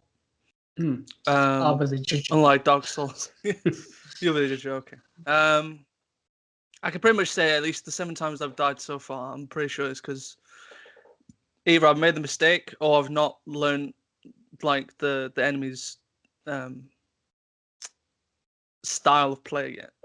So, but I'm really enjoying it. Graphically, it's a really stylish game. Like, quite cell shaded. Not quite anime, but like in a similar vein to it. And the characters in it are really funny. Like, you play as I've already forgotten his name. Well, you play as like the son of Hades, and like essentially your goal through the game is to escape the underworld. It's not made kind of clear initially why you want to do that.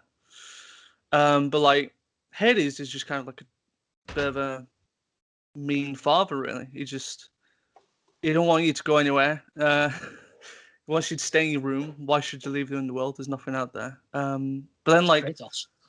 Yeah, it's Kratos all over again. But you've got like the Olympia gods as well, trying to like help you out. So they'll give you like power-ups that can like give you different effects for your normal attack, your special one, your dashing. You've got to you kind of cast like a bloodstone at monsters or enemies, which then like depending on certain effects can help weaken them or strengthen you against them, sort of thing. And yeah, like I'm just starting to like figure out piece by piece the story, because like every time you die, you can then talk to kind of certain characters again, and you learn a little bit more about like what's their kind of motive for me wanting to leave the underworld, or why do they not want me to leave the underworld, or you can pet Cerberus, which is always nice. But yeah, so far I'm really enjoying it, and I just want to get back into it really as soon as I can. It's a good game. I can see why I was touted for Game of the Year for this year. So, well, should we head on to the Video Game Hall of Fame then? Yeah, let's do it. Sure. So this is where we take an in-depth look at a game of high quality or historical importance and induct it into our pantheon of games we feel deserve special recognition. Inductee this episode was released in the arcades in 1980, developed and published by Namco. It's Pac-Man. Hey, there he is. What could be said about Pac-Man? Just fun, isn't it? Yeah. Just a lot of fun. It's a classic, let's admit it. It's a stone cold classic game. It's pretty much a landmark, really, I'd have to say. Yeah, I think especially for the arcade scene around that time, I think it really blew up the arcades. Just a fun, simple game that's got an addictive. It's probably the wrong word, but just simple, isn't it? Really. So, for those youngsters who might know what Pac-Man is, basically it's just a puzzle like maze game where you play the titular Pac-Man and he has to go around a maze trying to collect dots. That's basically it, really, isn't it? Pretty much, yeah. You collect all the dots, you move on. And whilst all that's happening, you're being chased by 4 ghosts. Do you know the names of the ghosts? Yes. Oh, God. Inky, Blinky, Pinky, and Clyde. I was hoping you'd be able to memorise them. I just know, but yeah. Do you know which colours is which? Pinky's the pink one. I know that much. Well done, correct. And this Clyde. is There's Clyde. Oh, I was going to say it's Clyde the red one, but you've already thrown up the red one. Clyde was orange. And Inky was cyan or blue, whichever way you want to call it. And then they had the power pellets, didn't they? So you pick up the power pellets, and then you became the hunter. Yeah, the hunter the hunter becomes the hunted in terms of the ghosts. Yeah, that was always good. That was a bit hard one. So it was designed by a guy called Toru Iwatani, and his idea is that he wanted games at that time he thought were too violent, and he thought they discouraged women from playing them. So he wanted the game to make for everyone. Then there's the myth about where the design of Pac-Man came from. The myth being that they went to a pizza parlor. One of them, one of the members of the team took a slice of pizza, and there you go. There's your design for Pac-Man. But whether that's true or not, who knows? But it's a nice story, isn't it? Yeah, I'm guessing it probably. I'd say my favorite fact about Pac-Man, I have to say, is that was originally going to be called Puck-Man. Yeah, I'd heard about that. Yeah. So, but then they changed it to Pac-Man because they were worried that in America they were going to change the P to an F. So I could. I'll just leave that there. I could see that. It would have happened though. It would have. Oh no! It would. Oh yeah, definitely. If not in the US, definitely in the UK. Do you remember the first time you ever played Pac-Man? I can remember the first time I ever played what I thought was Pac-Man. So, okay. So you thought it was Pac-Man? Did you play one of these knockoffs? No, it wasn't knockoff. it was Pac-Man, but it was the worst version of Pac-Man. So the first time I played Pac-Man was probably in the late 90s. My mum and dad decided to get the Atari 2600 out of the loft, along with a load of games, and they had Pac-Man in there. This one. Yes. And yes, I played it. Version. It's terrible. It's not. The flashing screen, the dots that you collect are actually squares. It's just not Pac-Man. Not as it should be. I think you've been very harsh on that version. Yeah, I've seen much worse versions. Ones where it's actually lines that you collect, not lines. It was more the flashing of the screen that did it for me, because it couldn't really cope with the screen or the movement. I never noticed flashing of the screen. But, Anyway, that's just my interpretation of it. But yeah, the first version of Pac-Man that I played was the 2600 version. The first time I played Pac-Man properly was on a tabletop arcade in Blackpool. And that's the first time I played the arcade version of Pac-Man, and it was the 2-player version. So that was interesting. Basically, the 2-player version is where you basically take it in turns. So you would have your go at trying to get through and collect all the pellets without getting caught by the ghosts, and then the other person would do the same. As you go through, you can potentially collect fruit as well. That gives you more points. So you're basically trying to get a higher score than the person that you're against. And whoever wins gets bragging rights. So, yeah. We should go and have a contest. When we get back to Arcade Club, let's get it going. Yeah, definitely. We'll give that a go. We'll go with that one. Oh, they were supposed to be opening one of them in Blackpool, so we could go back there. If that ever happens in there. Do you know how much, this was in 2016, but do you know how much revenue Pac-Man's generated? I'm not going to guess because I was massively wrong on Sonic. I did look at this, but I didn't think the figure was correct. They seem to be a bit of a clash, because one of the points on what I read said billion, and then after that it said million. So I wasn't 100% sure, because I think if we're both looking at the same thing, it said 43 billion. Is that right? That's not what I've got. I've got 14 billion. 14 billion revenue. I can imagine. Yeah, I can imagine. That's a lot of dough for a white, not white, a yellow disc. Yellow. I can't believe the most basic possible thing about Pac-Man that you should know.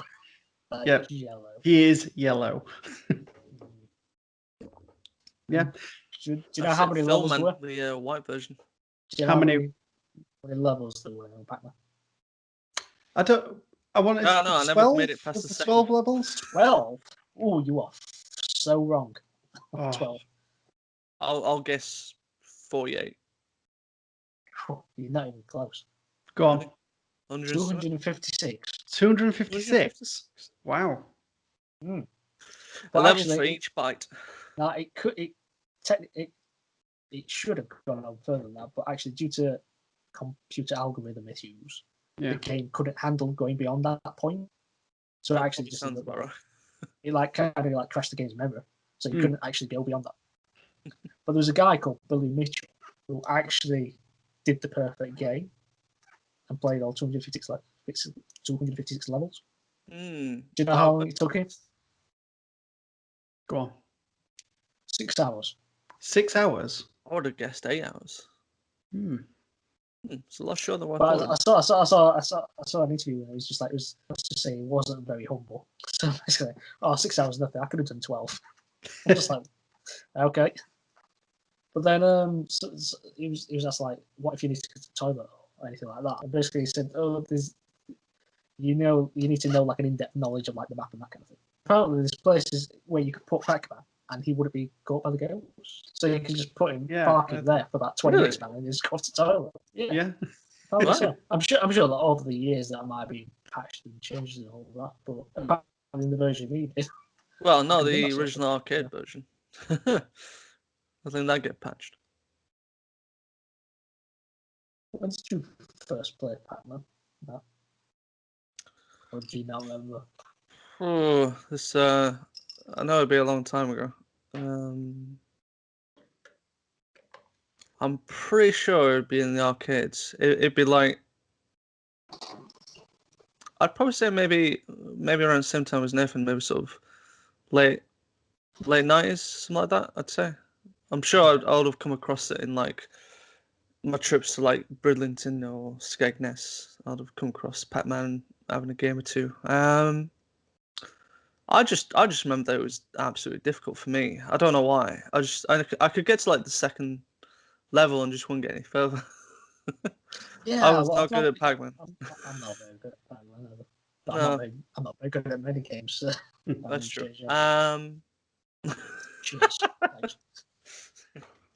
You have to wholeheartedly agree. I mean, you are right. But...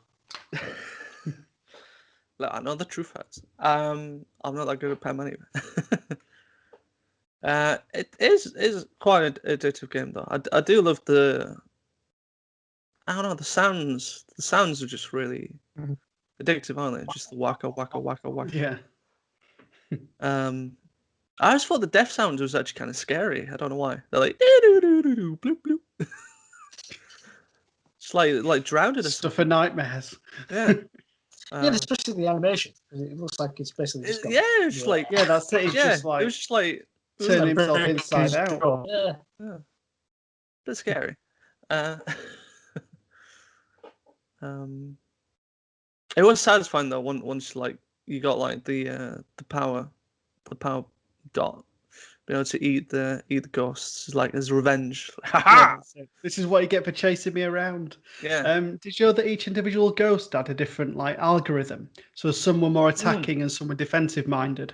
So they wouldn't all just come at you at once. I heard about this. Yeah. Yes, one of them chased you, didn't they? The other two, I think they tried to corner you, didn't they, or something like that. Yeah.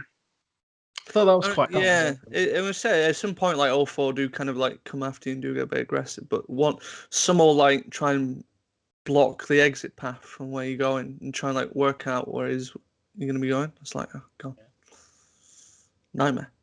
I don't know if you both know, but Pac-Man was the best-selling game of all time on the Atari 2600. Do you know how many it sold? Estimated.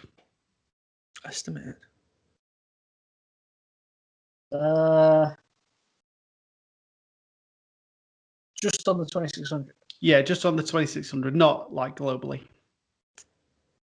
For all platforms. I'll throw a guess about 2 million, maybe. I'll go 1.5. 1.5. It was actually 7 million. Oh. Yeah, so very, very popular. Fair play. Fair play. Fair play. Do you know the story behind Miss Pac-Man? No. No, other than it's got a bow on her head. So Miss Pac-Man actually wasn't from Namco. They actually designed it. They're not. So Midway in America, because they had publishing rights in America, they were looking for a sequel to Pac-Man. Pac-Man, yeah. And what ended up happening is it was like a bunch of university students with like some just like designed this add-on for Pac-Man, and then they just licensed it to Midway to then put it in their arcades. So it was just like it was basically like an expansion, and it turned into its own thing. Huh. So, I don't know how they got away with that. In terms of I think they must have changed enough about it, because I think they ended up rewriting the game and they had their own boards that they put into the arcades. So it's not as if they something like that. Yeah, they rewrote it all from scratch, and if a certain amount of the code is different, then you can get around it that way. I played Miss Pac-Man on the 360, and it is a little bit more difficult than the original Pac-Man, which it was supposed to be, because a lot of people ended up completing Pac-Man quite frequently, and that's why they decided to make the more difficult Miss Pac-Man version, to start taking people's money. Quarters away from them and 20p's. They sort of blamed Pac-Man for the demise of the arcades, didn't they? Because they found people getting better at it. So fewer coins were actually going into the machines, and people were playing longer. So obviously the arcade itself isn't making as much money. Which in the mid '80s apparently led to like a lot of arcades close. I mean, probably not exclusively based on that, on Pac-Man. I don't think we could blame it entirely on them. But I think largely that was a significant part. But there was something like, because of the amount in Japan, the amount of money that was going into Pac-Man machines, they had to print, the mint there, had to print like an extra 100 million yen coins. Oh, wow. Because so many were just going in the machines, they were just like running out. So they just had to print all these coins. So, yeah. Mental. So there we have it. That's Pac-Man. It's the Video Game Hall of Fame. A worthy inductee, classic of the not gaming at all. So if you enjoyed listening to us, please consider tuning in next time. We release bi-weekly on Tuesdays. You can visit our website at Joking Dolphin, where we post blogs on the Hall of Fame. Also feel free to follow us on all social media platforms to continue the conversation. You can find Joking Dolphin on Facebook, as well as on Instagram and Twitter at Joking Dolphin. I'm also on YouTube, where we post this very podcast on top of the pod. Look out for that. Until next time, thanks for listening. Goodbye. Bye. Take care.